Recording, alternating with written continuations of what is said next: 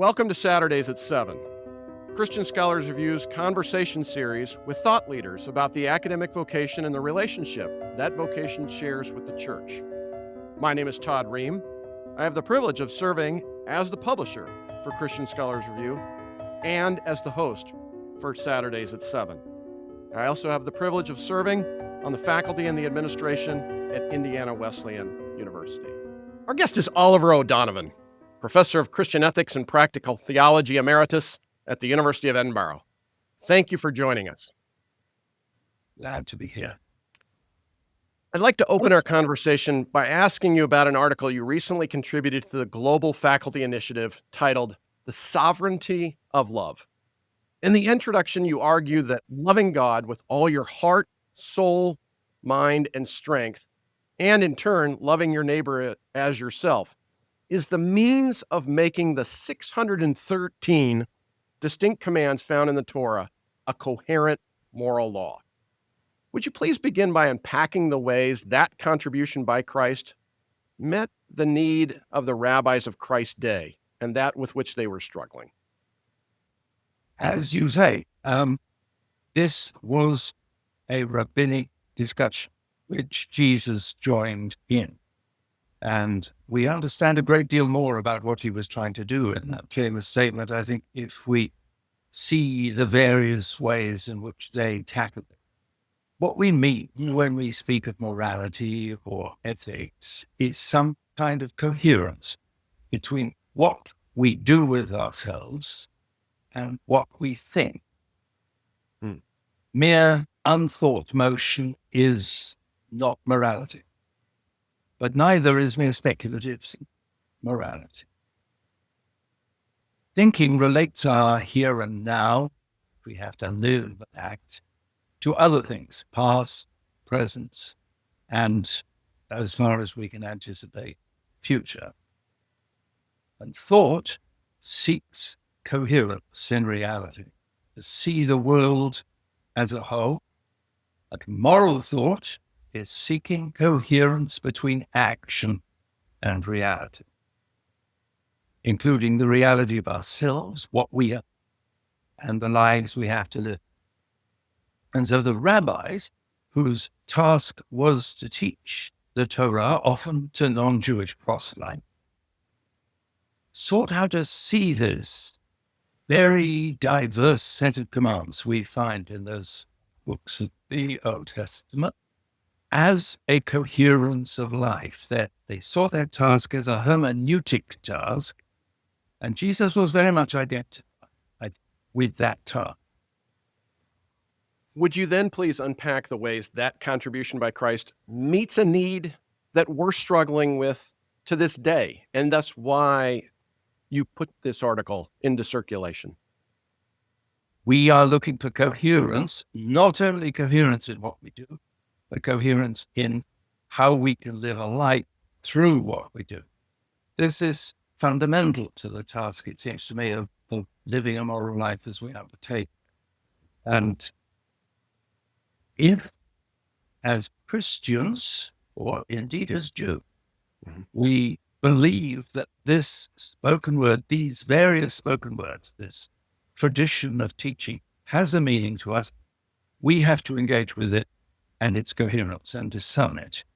Now, what we're being given in the love command is a way of seeing the whole, with all the variety of things we have to decide, all the variety of obligations we have to meet.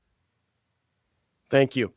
You then go on to argue in this article that love is an effective and directive attention to a good. In what ways is love effective? But in what ways is love also directive? Moral reasoning is a journey. It begins in one place, it ends in another. It's an action or a series of actions. And too often our thinking about ethics has been confused by the assumption that moral thinking is like a kind of instantaneous flash of light. We actually have to make a journey, travel. And we travel very often from a reaction we have to the way a state of affairs is unfolded, to a set of feelings we have about it.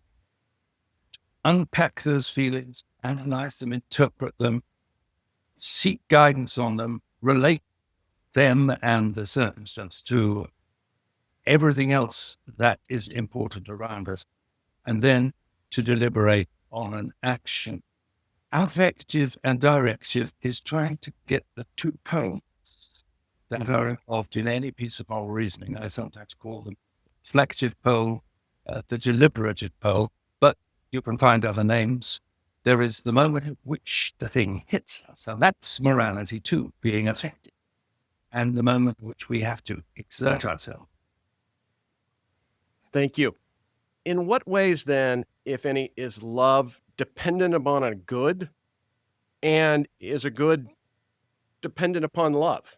What kind of relationship then do they share, and how do we interpret that along this journey that you just referenced? We speak of the good in this very, very general way as the most general term for the object of our love. We can't love something without seeing some good in it. Mm-hmm. And it is the good in it, whatever that may be, that is drawing love out of us, that is giving us, drawing this affective attention from us, core love. We conceive the good as distinct from ourselves.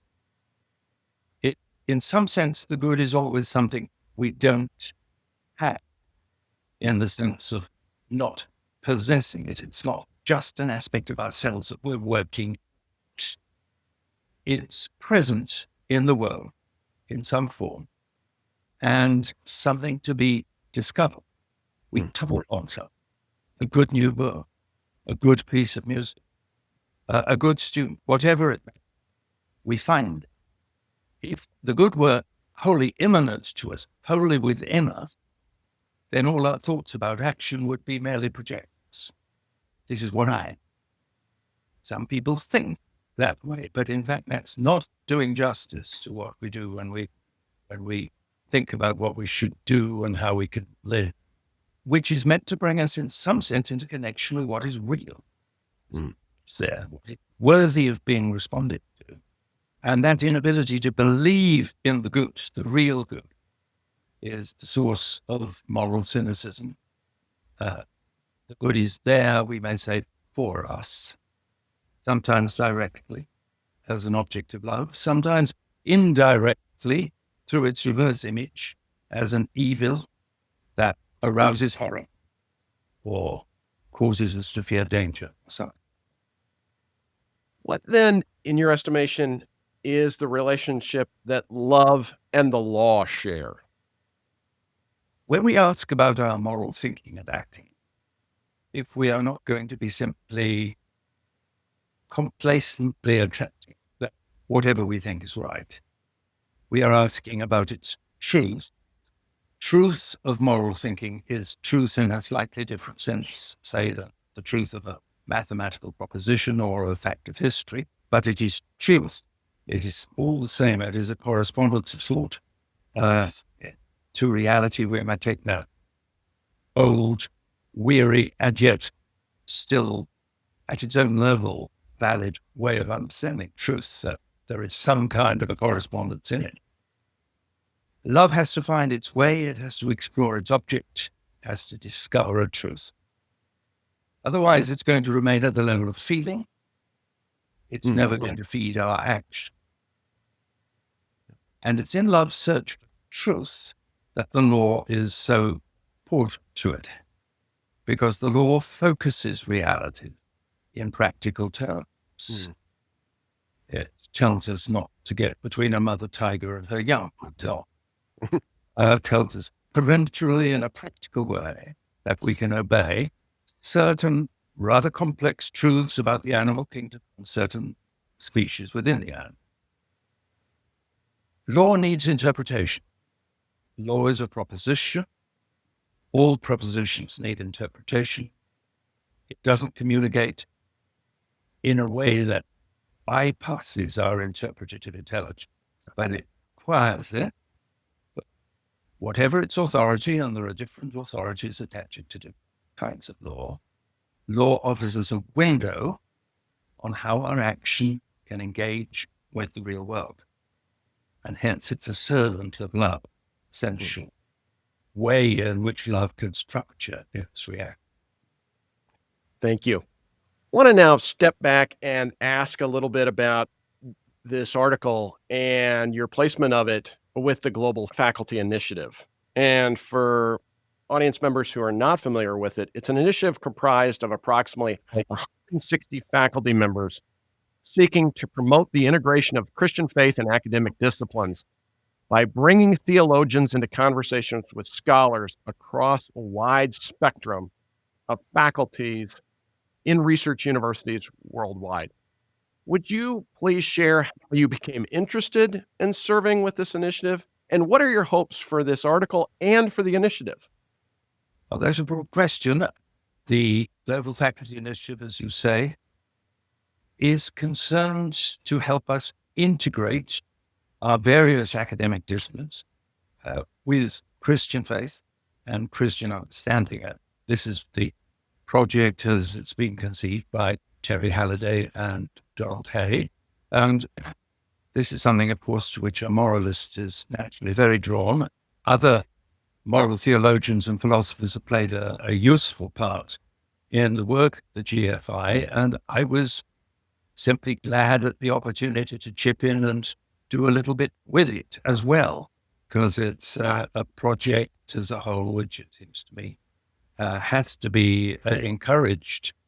And in your work, you're reminded constantly in work for the GFI of the importance of a wide interdisciplinary conversation. Perhaps that's what's so interesting about it, around topics which are often broadly theological or ethical, but on which there can be many complementary angles from different branches of scholarship and research.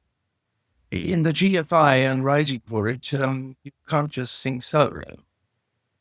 That's, in a sense, why it's so useful to theologians and philosophers who are used to sitting in their room and going off on their own thoughts and developing them. For anyone interested, here you are in conversation. And you have to listen to the chorus, the responses. It's a matter of fitting more carefully to the context of discussion in the Christian world, not just giving something to it, but all the time taking from it. So that's an exceedingly good discipline for moralists like me, and often gives a certain concreteness to ideas which may otherwise be abstract. Somebody comes back from archaeology, say, oh, that just worked out here. This is what it looks like on the archaeological dig. That sort of thing is terribly helpful.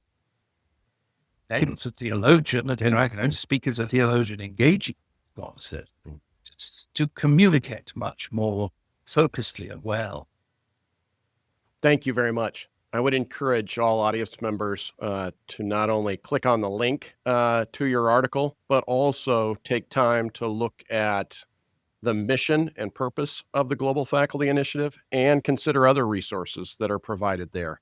And I do hope and wish and pray for the best for their work in months and years to come. I want to transition now to asking you about your own discernment of your vocation. You were a student at the University of Oxford's Balliol College and at Princeton University, respectively studying with Henry Chadwick and Paul Ramsey. At what point did you discern the study of theology, and in particular moral theology, would prove critical to how you understood your vocation? As I remember, I had the thought of being a moral theologian at the same time as I had the thought of being a theologian. As I was coming towards graduation in the classical curriculum which I'd been taught. As a classical student, I came away from studies in Aristotle's ethics with a sort of naive, but in the end quite fruitful question in my mind. So much intelligent scholarly effort goes into clarifying this moral teaching of his ancient Greek.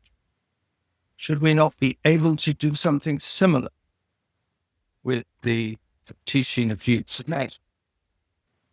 At what point in time, then, did you discern serving as an Anglican priest would also prove critical to how you understood your vocation? That proved more difficult.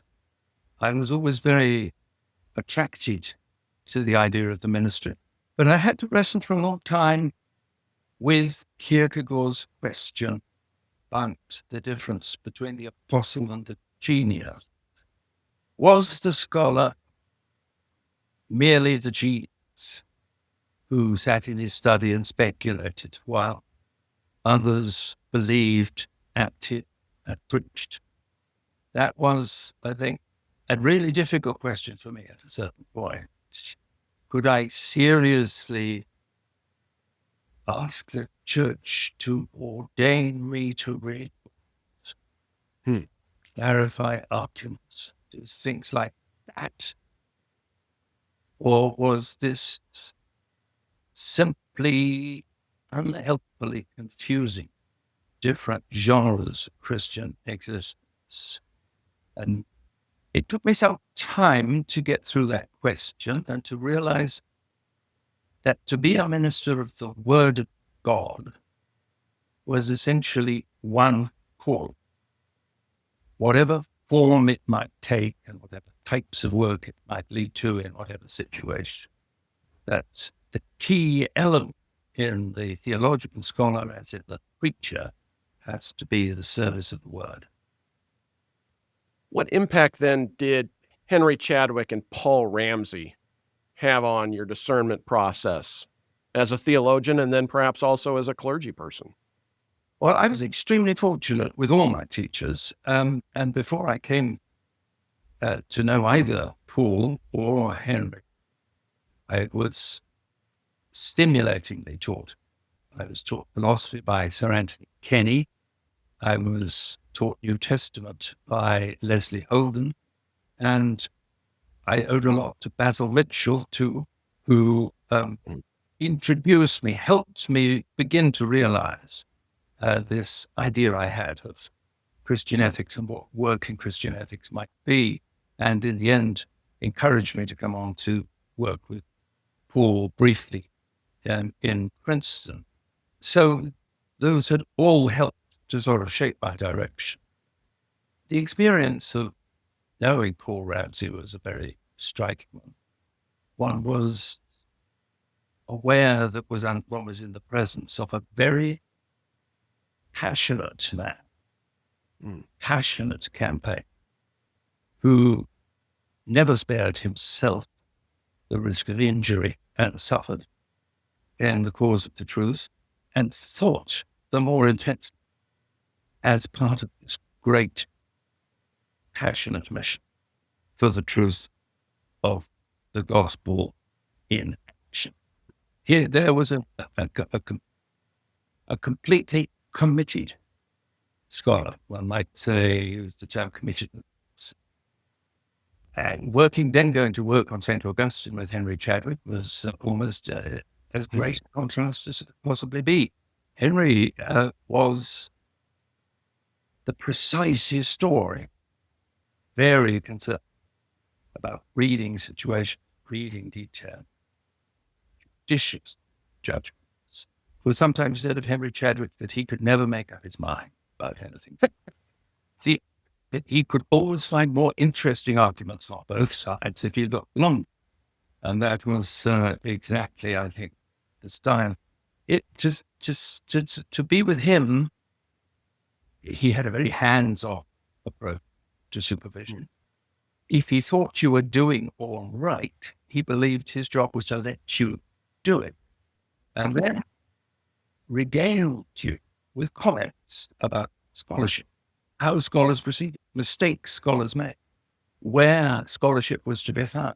So all of which was like a kind of history show of experience. He was a teacher who's shared his experience and his presence in the scholarly world to immense effect. So they're very different. I would like to think that in my own work and life, I've taken something from those. The pity, because in their own ways they were so remarkable. That's wonderful. Thank you. You've mentioned also a couple of authors who had a significant impact on you: Kierkegaard, Aristotle, Augustine. Others who had an impact, particularly on your discernment process and how you came to understand yourself as a theologian and as a clergy person? I don't know whether I want to, on the particular question of discernment, I don't know whether I want to add to those. The biggest single influence, I think, intellectually on me was Augustine, on whom I did my doctoral work. One of those very important pieces of guidance that Henry Chadwick threw out without, as it were, drawing attention to it, but just expecting you to pick it up. Mm-hmm. Right at the beginning, he said, nobody should ever do any work on any of the church fathers until he has read every single word of one of them. Well, that was my instruction, to go away for 6 months and leave nothing unread in St. Augustine. Now, when you expose yourself to a major thing intensively like that, over a long period, you are shaped by it. And of course, it wasn't just the questions I was bringing to Augustine then, but all the other things he had to offer that began to shape my thinking and develop my ideas. So he, I regard, as purely foundation in giving my work its shape and its man. But the work of Ramsey was particularly important at a certain stage in answering some important philosophical questions about action. I learned things from him that I think I've always been grateful for and gone on believing. That's real. And that so that has also been highly significant. Later on in life, one read other people who also gave one other directions. Thank you. For students then who are discerning a call to study theology, and then perhaps also as a clergy person, what advice would you offer them? I would say this, that you need to grasp the unity of theology and ministry. If you're in a parish, study. If you're in a college, preach. Find ways of taking what's helpful and good in the pulpit back into the classroom, back into the study, back there, and working it in another mode. Find ways of taking what has really been illuminating in study, recasting them so that they may be shared in the book.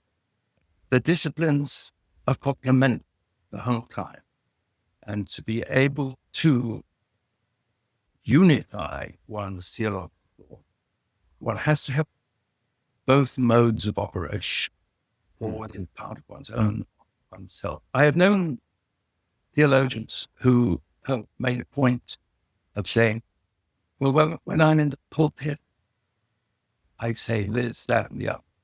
When I'm in the lecture hall, I say the opposite.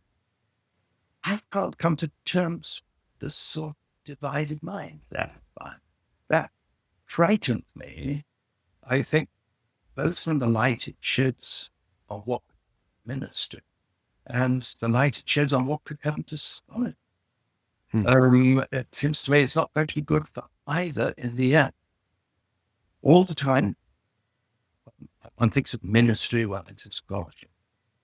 But what you have to think of is the scholar minister, the person. God is appointed to do. Is that person, I might put it like this, is that person going to be sent? Thank you. After serving at the University of Oxford's Wycliffe Hall and the University of Toronto's Wycliffe College, you were appointed the Regius Professor of Moral and Pastoral Theology and Canon of Christ Church at the University of Oxford. Would you describe the discernment process that led you back to Oxford then and to service in such capacity? Well, my generation had a very different experience of employment from the experiences that our successors have today. And I've often been ashamed at how easy certain kinds of decisions were made. Very simple. The main struggle I experienced in discerning my course early on was the struggle of principle about the ministry and scholarship that I just tried to describe to you. And after that, it was a matter of receiving instruction. A letter came and said, there is this position, we think you're going to be in it. End of story. Not quite the end of story, because of course you have to sit away and pray. You have to know that this isn't Satan at the other end of the letter, even if the letter comes from a very respected, very much admired principal of college. When the letter came from the Prime Minister saying she would like to give my name forward to the Queen to appoint me as Regius Professor, naturally I had to spend more time with prayer, because Prime Ministers are more ambiguous characters and you never know what's been going on. But anyway, for me, there were the opportunities just open.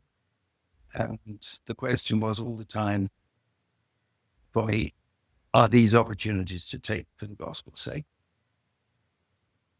And those key moves seem to be. I don't know that I can describe it any different. In what ways did the discernment of serving as a Regius Professor at the University of Oxford come with certain responsibilities in your mind to the past, but also certain responsibilities to the future? Yes, I was given this chair in Oxford, though I was on the whole a bit young for it, because there was a very strong feeling in certain circles just at that time that Britain, especially England, needed a tradition of teaching Christian ethics, which was well established in America, but had no exact equivalent over here, at least perhaps in the Scottish university. And though nobody ever said so, I was in effect charged with trying to build up the science in a chair which had been, in recent years, pretty marginal to the life of the theology faculty, and had even once or twice been slated for abolition. There were those who said it would be a shame to get rid of an opportunity really to do something in Christianity. Can we find someone who could simply put his back into it, I think, is what they had in mind. And I think that what I did there was governed always by a sense of obligation, that sign of trust in the invitation imposed on me. On the one hand, I was delightfully free because there were no established patterns and no established colleague in my view. So what I said was taught as Christian ethics was taught as Christian ethics. And I answered, I might say, to nobody. And I only sort of later on realized what an exceptional privilege that was.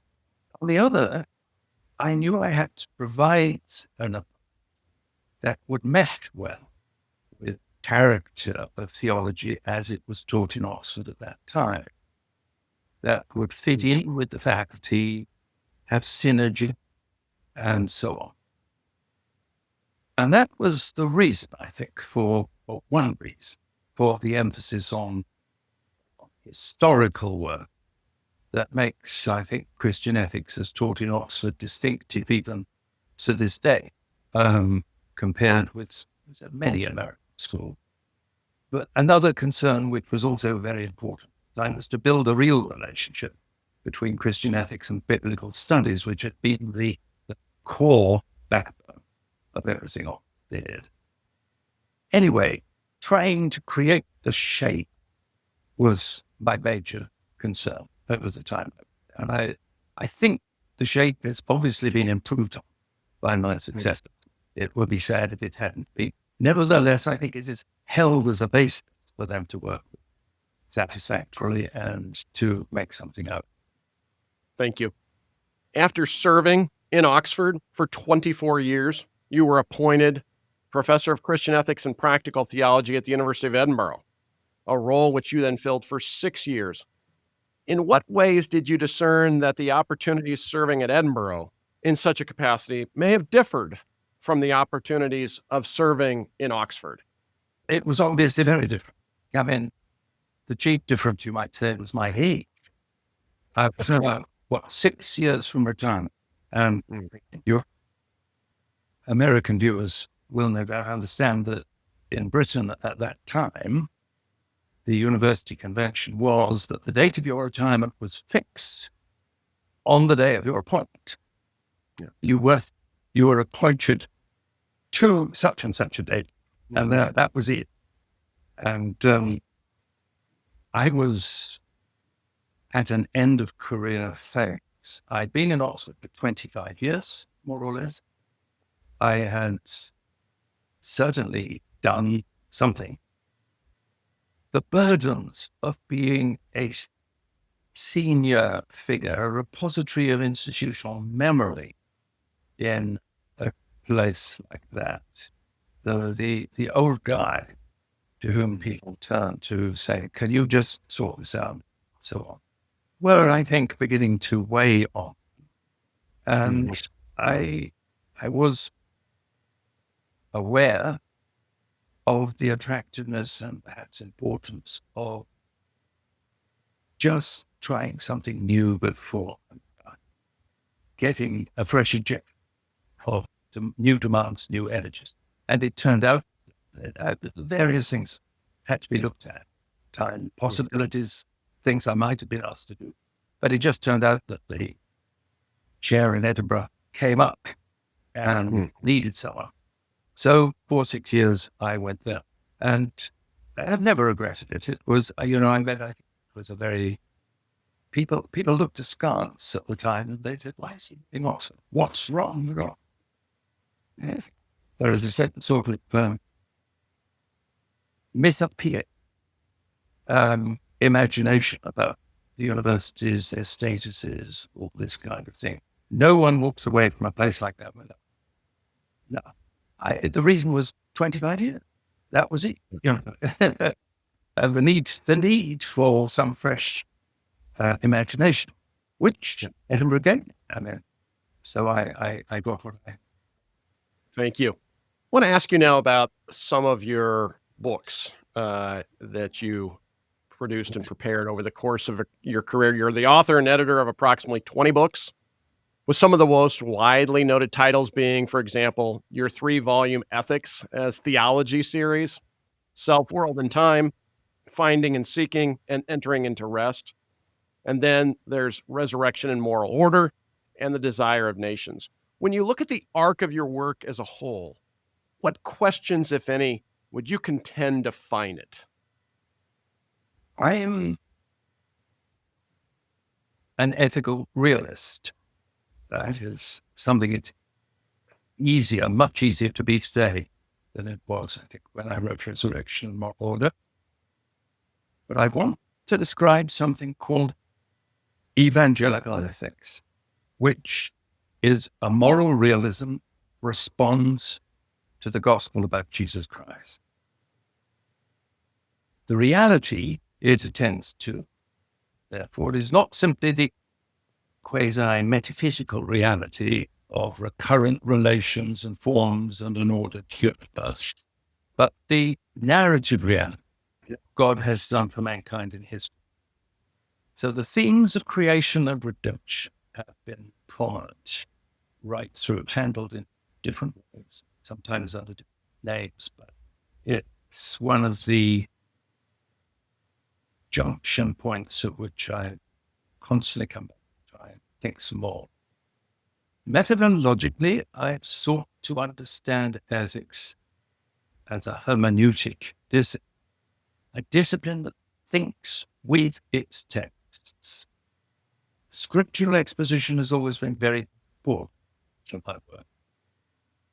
It's not just a matter of framing a moral question. We have to decide first, let us say, whether AI in schools is a good idea, and then finding arguments and perhaps being very ingenious, finding arguments even out of the distant Christian tradition or even out of scripture. Here is an argument from Jeff Bezos. Here is an argument from Martin Luther. Here is an argument from St. Paul, that kind.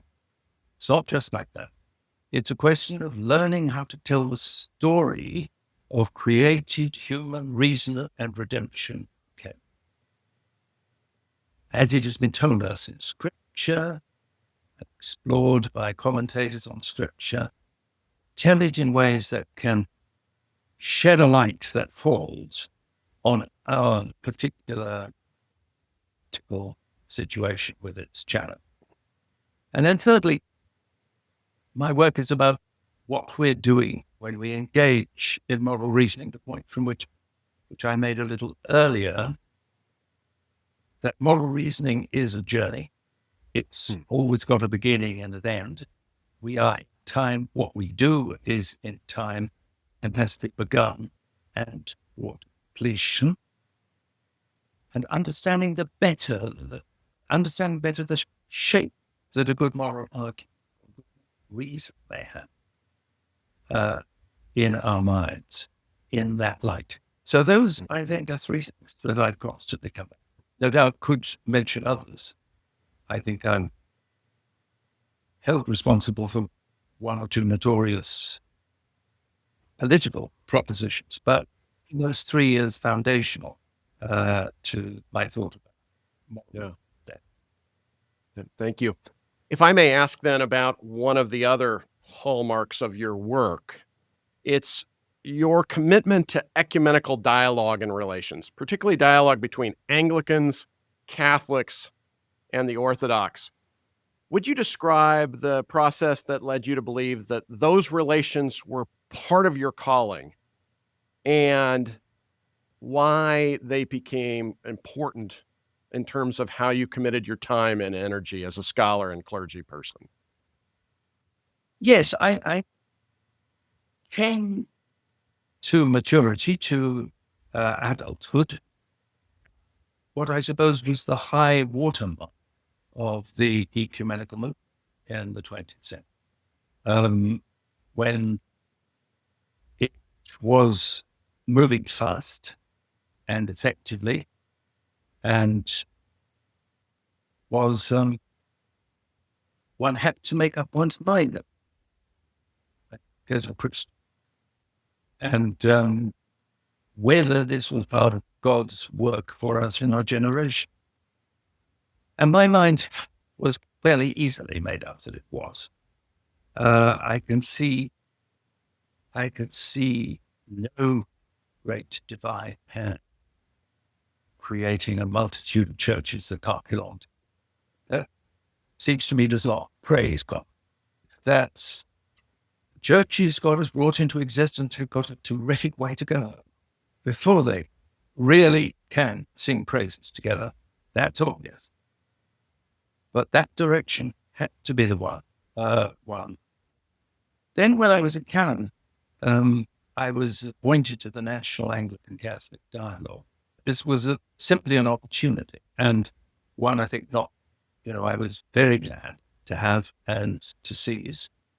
Particularly, I think, because this work had attracted some very excellent in Canada. It was one of the things that Canada was actually very good at that point. It had an outward-looking Roman Catholic community, very diverse, far from sort of hidebound in any way. They had a great deal of self-confidence and were, as it were, prepared to take on all comers, and that was a good thing. And then there were at that time one or two devoted and extremely intelligent leaders, theological leaders, who could always in dialogue give as good as they got. So that was a very constructive exercise and highly educational for me. From that, I got transferred to the International Anglican Roman Catholic Dialogue for about 7 years because they needed a moral theologian. That was interesting and in some ways a more challenging time. Canadians can get on together once they've made up their mind that they need to. The international dialogues are more difficult. There are so many coming in of a different kind. But it was still very constructive and, to my mind, very important. I spent a little time also on the Orthodox dialogue. I never got to understand it or know it as well as I would have liked. I needed long, but in the end had to make a choice as to whether I was going to stick with the work with Catholic, which I had known and got a certain way with, or was to start from the beginning again, trying to master a great deal about theology that I took the former route. Thank you. You've been invited to deliver a number of lectures over the course of your career, but in 2021, you delivered the Gifford Lectures, 6-part series of lectures that were eventually published as The Disappearance of Ethics. Drawing from that work then, in what ways do you believe moral theology is in crisis today, and to where you would point individuals, especially members of younger generations, where would you point them to look for hope? That's a very sort of interesting and searching question.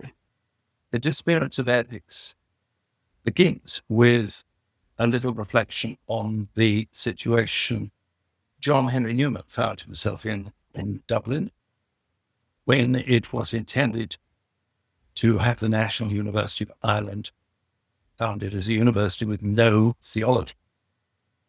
And the theologian in charge of it was troubled by that.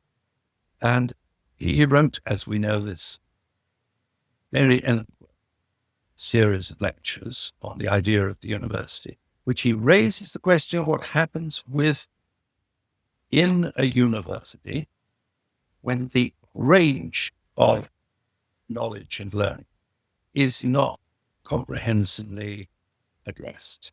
Mm-hmm. It's a letdown. And that was the way he faced the question. Now, starting from there, I began to ask myself, what were the factors that led ethics to be left out? Mm-hmm. Left out of theology practice, not infrequent. In different ways, left out of philosophy practice, too often by processes of manipulation and transformation. And posed in this book a rather different account of what the source of the reason, the source of the problem was, which had to do with difficulties in conceiving ethics and its tasks. That meant that important aspects of the task of the quest were allowed to drop out of sight by ethicists themselves. I was reflecting, I suppose, after 30 years, trying to represent the subject in a theological faculty, on the very curious position it occupied in the academic spectrum, divided between philosophy and theology on the one hand, while the academic spectrum itself was constructed mainly out of descriptive sciences, and you're expected, as it were, to have a slice of objective reality in which you're the specialist. You come back with all the information and you interpret the information, which is something ethics has no information of that kind. It can't define itself in that way. And that's why it's a puzzle to those who work closest to it, especially in a theological tradition that had come to be dominated by biblical studies that construed themselves in remarkable obedience to Heidegger as historical and cultural studies about the past. That was, of course, what Heidegger thought theology in the university should be. Strictly a historical discipline. It shouldn't do anything.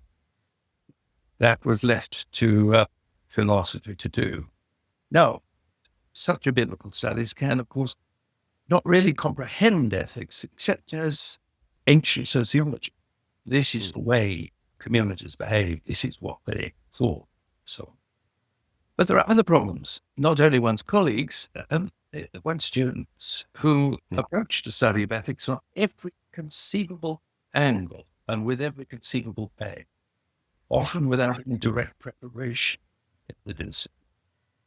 Some looking to it to offer some definite compensation for what they regard as a deficit in their educational experience. It's going to provide something relevant, by which they mean all these descriptive sciences are just left cold, they've got nowhere within them.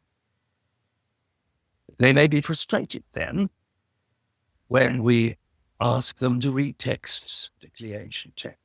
Think about what they meant. Is that relevant? Is it more relevant than reading Thucydides? Some look on ethics to solve some quite specific questions that they've come. A moral question that's troubled them for a long time, let's say, the treatment of animals or the nuclear bomb. And they are going to be frustrated that instead of us sitting down and giving them concrete information that will support their view of the treatment of animals, or perhaps make them revise, they're being asked to think about arguments of something completely much more abstract. So, in the course of teaching ethics, I've always been conscious of puzzles, and sometimes at this point that students should fall in their exercise. Unfortunately, not all students are disappointed in the end, but there are those who get through the problems, make the thing really positive. Our culture, however, tells us that ethical judgments are quick, immediate, and they're not. They never are. Not even if you have a Damascus Road experience and a conversion. That's just the beginning of what you've got to think about. Then that just reorients your thoughts, and you've got a big task still ahead. Ethical judgments are as long as life, and the disappointments people have in studying ethics are rather like some of the disappointments that life presents to us. Things don't turn out to be as straight and clear as they set out thinking. So, students starting on this mighty enterprise, I would say, remember the parable of the treasure in the field. The treasure's there, all right. Got to purchase. That is pricey today's costs. And then you have to dig. Thank you. Before we close our conversation today, I want to ask you, as a theologian, how you came to understand the academic vocation. You've talked about certain qualities, commitments, characteristics, and practices that have defined it for you, but sort of in the big picture sense, what would you point to as sort of the animating features of the academic vocation as you sought to understand it and exercise it? I sum it up, I think, to myself in terms of the relation between inquiry and communication. Asking questions, sharing the processes and the answers. In theology, we are called both to search and to communicate the Word of God. It's one of those events which universities invent in order to teach their teachers how to teach. Suddenly, at a certain point in my career, our university became very anxious about the fact that all its famous teachers were unable to teach and needed to be taught to teach. So we were all sent off to sit and be taught to teach. And of that session, I came only just one illuminating moment. And that was when the instructor said to us, could you just imagine to yourself for a moment, what is your picture of yourself? What do you picture yourself as doing? And the most bizarre picture came jumping into my of something I had been watching, which was a mother duck with newborn fledglings all around, standing on the edge of the river, plunging into the river, turning out, facing them, and quacking very angrily at them until they tumbled down off the bank and were in the water with her and started paddling. It seemed to me an excellent communication of what teaching might, namely, you're going to do some swimming, you take the little ones with you and they swim with you. That's what it amounts to. You take them with and you share with them the interests, questions, the methods, as they come. It is really a sort of, I suppose, apprenticeship model. Now, I'm sure not all teaching can be done like that. So much information has to be shared, etc., etc. But in the long run, what my teachers did for me, I've sort of tried for students, and I think not nearly as well as they did, but it sort of let me near them. Why? They ask questions about St. Augustine or try to work out reasonings about the existence of God or whatever it might. They let me near them. They don't share this to join in with stupid questions. They take that into the process. And so the task of asking, searching, the lonely task of the scholar with the book finding, is all the time being brought into a kind of dynamic relation with a sharing operation. You are sharing what you are doing with those who can do it, perhaps, in the end, much better than you can. Initially, that's not quite so well. But that's part of the exercise. When these time and motion studies came in, university suddenly became fanatical about a bit later on. You had to fill in on these bureaucratic forms. I expect it's the same. How many hours per week you are giving to teaching? How many hours per week you are giving to research? In other words, your life is divided down. I mean, it's too insulated. Oh, that seems to me to be the destruction of the academic. Destruction. That's not what it's like. It's not what it should be. Thank you. For theologians, then, what intellectual and moral virtues do you believe are most important to cultivate? And then also, too, what vices do you believe are most important to confront and about which to be vigilant? Well, the theologian is a human being. The theologian is a believer. And perhaps the most important virtues to cultivate are those which are set before all human beings and all believers. Begin with faith, hope, and love. And when you've finished with them, you can go on to some special ones for theologians. But the special virtues, the ones that serve this vocation and not that vocation, are in the end less important. And I think that, too, is something we always have to rest. An elderly theologian like myself is bound to think, I suppose, that being ready for death when it comes is more important than being up to date with the latest literature. It just counts for more. And if one could take a little bit of that point of view earlier on in life, it's maybe not a bad idea. Still, there are practices specific to the specific task. Being a theologian, of which the most important is a constant living familiarity with the scriptures that allow them to feed thought, and a loyal involvement in worship and the mission of the church. These are virtues rather than skills, but there are skills too that we may think are some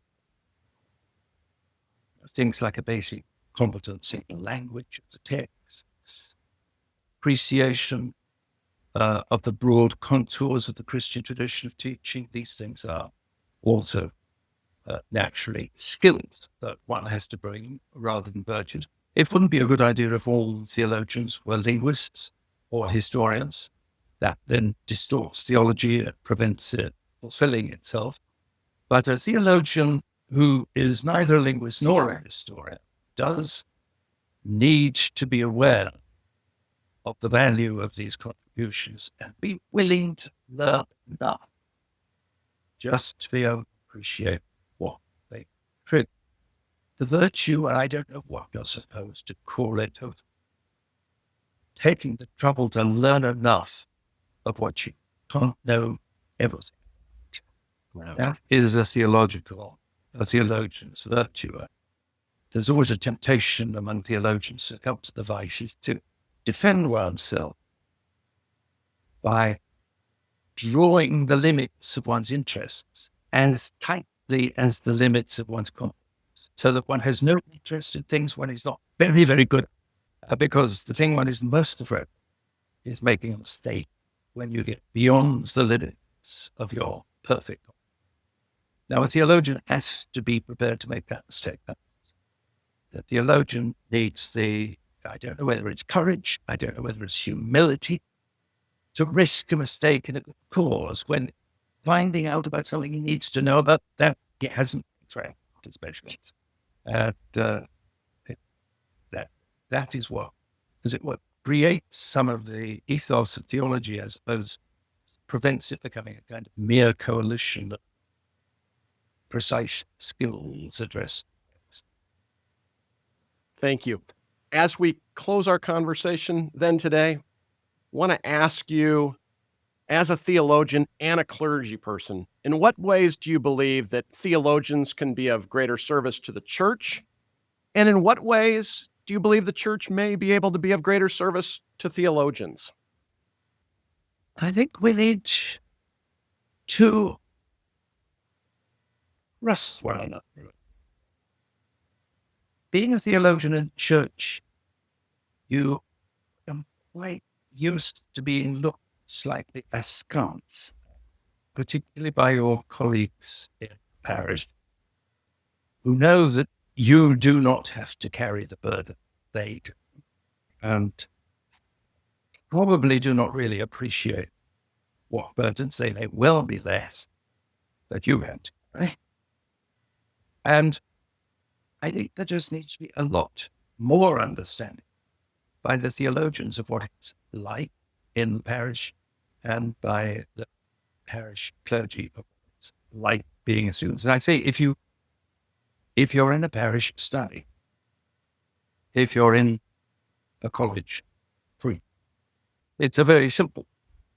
I knew a very, very good moral theologian and a wonderful man who always used to devote his summer when he might very reasonably have taken up with it, gone to look at the antiquities on Crete or something like that, who used to go every year simply to take over island parish, very remote, and do the ordinary work, parish priest, for 6 weeks each year, while the parish priest took a holiday and went off to look at the ruins of Crete. Because the parish priest lived in great remoteness, rarely saw a city, needed to get out of the place, and the theologian helped. But what he picked up there about the life of parishes inevitably enriched what he wrote. I mean, it simply made it more weighty, more real, more authentic. It was a proper contribution to his theological labors, and not just a kind helping out of a neighbor, which it was also. So we need to think about those things. Then we need to think about the way church administrations use their theologians. Some churches have got this in their DNA. When there's a problem, call on the theologians to sort it out. Some obviously don't. And call on anybody else rather than their theologians to sort it out. Churches do need theology if they're to be spared when they speak in public the terrible fate of opening their mouths corporately and talking of absolute nonsense. I mean, there is a terrible risk of what happens when the church speaks corporately if it's not being properly prepared. Now, theologians know all about speaking nonsense because they speak it the whole time. They're always speaking nonsense. So, and they have to learn to criticize themselves, get the nonsense, to see where they've stumbled into saying something stupid and readjust it. This is part of theologians' skills. And the church leaders like them need. And they've been very busy doing other things, doing their administration, doing their pastoral work. They need help. And they had better realize they need help. That's part of what I think I would want to say. Good church leadership is the word. Leadership is to know when to bring the theologians into the discussion, not on their own, not as a sort of mighty panel pronouncing, but in debate with other members of the church, other skills and other concerns. Try and sort the problems out. And to try and bear a witness that sounds coherent, true to the gospel. Thank you very much. Our guest has been Oliver O'Donovan, Professor of Christian Ethics and Practical Theology Emeritus at the University of Edinburgh. Thank you for taking the time to share your insights and wisdom with us. Thank you, Ahab. Thank you for joining us for Saturdays at 7. Christian Scholars Review's conversation series with thought leaders about the academic vocation and the relationship that vocation shares with the church. We invite you to join us again next week for Saturdays at 7.